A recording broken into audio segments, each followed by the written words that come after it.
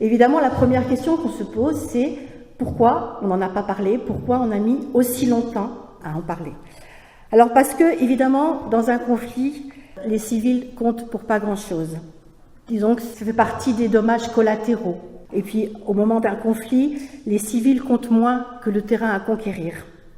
Ensuite, aussi, et surtout, il y a que, à côté du courage, de la gloire des Alliés, il ne fallait sans doute pas ternir l'idée que l'on en avait. Donc, nous avions décidé de nous intéresser donc au débarquement, mais exclusivement côté civil.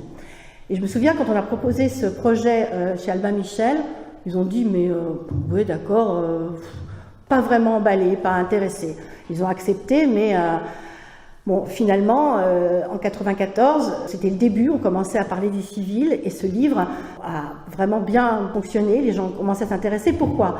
Parce que pendant des années, ce qu'avaient vécu les civils en Normandie, ce qui a été quand même énorme, les bombardements, les morts, les blessés, le traumatisme, avait été donc mis entre parenthèses, à côté donc de la gloire des GI qui étaient venus nous libérer, ces jeunes gens qui étaient venus mourir pour nous. Et là, tous ces gens qui avaient vécu ça avaient besoin de parler, non pas à leurs enfants finalement, qui ne s'intéressaient pas tellement, mais à leurs petits-enfants. Ils avaient envie de transmettre quelque chose à leurs petits-enfants. Et donc, ils ont commencé à parler, les gens s'y sont intéressés, et donc ce premier livre, qui s'appelait « Le jour le plus fou », a rencontré vraiment son public. À tel point qu'il y en a donc eu un deuxième, Les rescapés d'Urgurgie, et un troisième, La France des GI. Alors le dernier, La France des GI, s'intéressait donc à la vie avec les GI au moment du débarquement et après le débarquement. Et donc moi, le troisième bouquin, je voulais m'intéresser surtout à cet avant, cet après, et au choc des civilisations.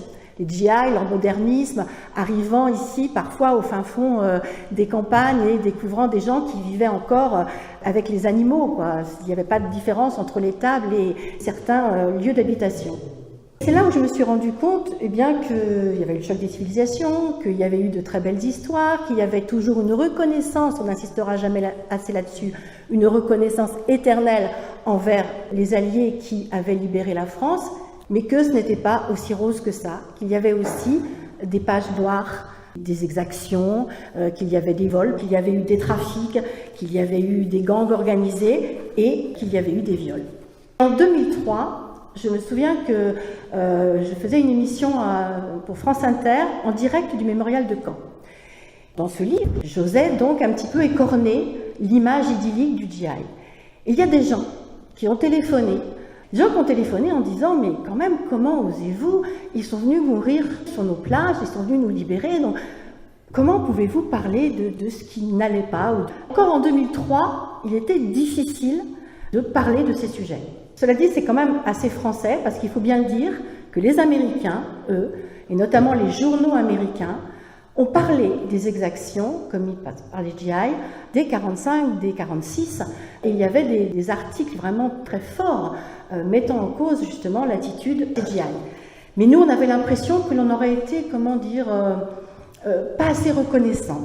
Il y a une autre raison aussi, à mon avis, alors là qui est un petit peu à part, qui fait que l'on n'en a pas parlé, c'est que les femmes sont les oubliées de l'histoire.